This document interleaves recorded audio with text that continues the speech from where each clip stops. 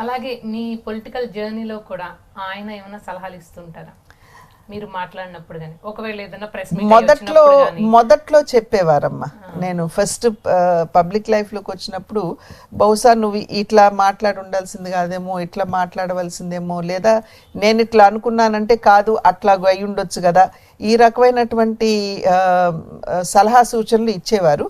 కానీ పోను పోను పోను నెమ్మదిగా ఏమిటంటే దానికి స్పూన్ ఫీడింగ్ ఉండకూడదు అన్నట్టుగా he lets me be by myself. ఇప్పుడైతే అసలు దేంట్లోనూ ఇన్వాల్వ్ కాదు, నేను అడిగితే తప్ప. నాకు కొంచెం దీంట్లో నాకు సలహా కావాలి, how do I do it అంటే తప్ప. అదర్వైజ్ ప్రతిసారి కూడా నా ఎలక్షన్ వరకు ఆయన ఇన్వాల్వ్ అవుతారు, because that is very important, election management అదంతా. వన్స్ ఎలక్షన్ అయిపోయిన తర్వాత he doesn't interfere in anything అనమాట. సో ఆ రకమైనటువంటి ఫ్రీడమ్ సపోర్ట్ ఎప్పుడు కూడా ఆయన ఇచ్చారు. భార్యాభర్తలు అంటే చిన్న గొడవ లేకపోతే ఆర్గ్యుమెంట్ రాని ఫ్యామిలీ అనేది భూమి మీద ఒక్కరు కూడా ఉండదు. రైట్. మీకు ఎప్పుడైనా ఆయనతో ఏ విషయంలో ఎక్కువగా ఆర్గ్యుమెంట్ వస్తుంది? ఏదో ఒక రాదని మాత్రం చెప్పండి. రాదని నేను అంట్లా. ఇన్ఫాక్ట్ మేము ఇద్దరం కలిసి కూర్చుంటేనమ్మా inevitably we end up in argument, because ఇద్దరు అభిప్రాయాలు ఒకే రకంగా ఉండవు కదా.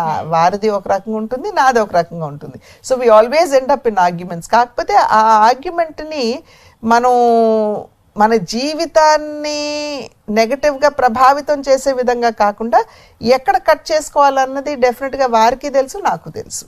So it's a give and take అన్నమాట బిట్వీన్ అస్. సో ఎవరు గెలుస్తారు ఆర్గ్యుమెంట్ లో? ఆయన ముండే, నేను ముండే. అలిగారు ఎప్పుడైనా? అలుగుతుంటారు? ఆఫ్ కోర్స్ అలగటం అంటూ లేదమ్మా. బట్ నాకేంటంటే వెంకటేశ్వరరావు గారికి ఊరికినే కోపం వస్తుంది, ఊరికినే తగ్గిపోతుంది.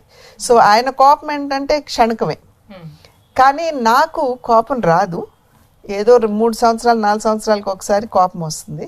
ఆ వచ్చినప్పుడు మాత్రం నేనే I don't know how to handle it. ఇంకా నేను విత్డ్రా అయిపోతాను అనమాట. విత్డ్రా అయిపోయి ఒక 3-4 రోజులు ఎవరితోటి మాట్లాడను. సో నేను ఇంట్లో సైలెంట్ అయ్యాను అని అంటే మా వారి దగ్గర నుండి, మా బిడ్డల దగ్గర నుండి, మా ఇంట్లో పనాళ్ళ వరకు తెలుసు అమ్మగారికి కోపం వచ్చింది, సో మనం దగ్గరికి వెళ్ళకూడదు అని. So they give me that space also అనమాట. సో